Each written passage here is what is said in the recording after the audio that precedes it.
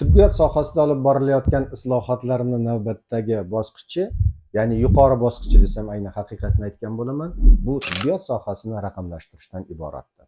Davlatimiz rahbari tomonidan Uzinfocom, ya'ni tizimi orqali O'zbekiston Respublikasi Sog'liqni saqlash vazirligi tizimida raqamlashtirish ishlarini olib borish, markazlashgan holda DMET tizimini joriy etish bizni Farg'ona viloyatida ham qizg'in amalga oshirilmoqda.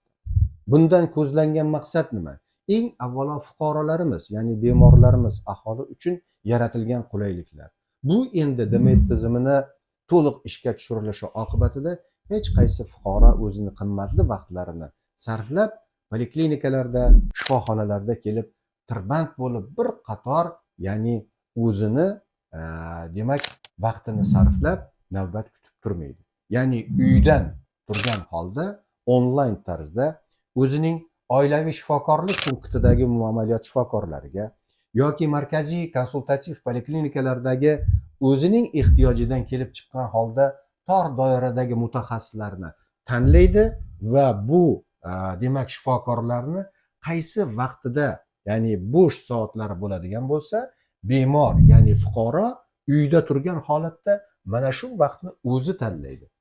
Shifoxona ro'yxatxonasiga kelib hech qanday navbat olishi yoki bo'lmasam navbat olish uchun talon olishiga ehtiyoj qolmaydi.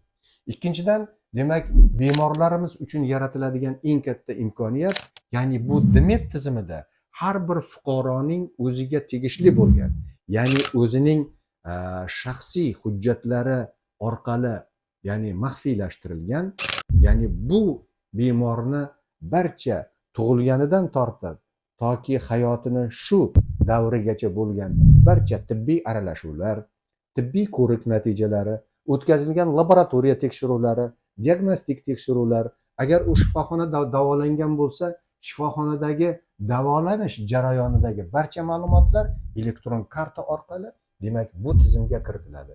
Bemor xohlagan paytda, xohlagan viloyatida demak o'zini to'g'risidagi hujjatni murojaat etayotgan shifokorga berishlari mumkin.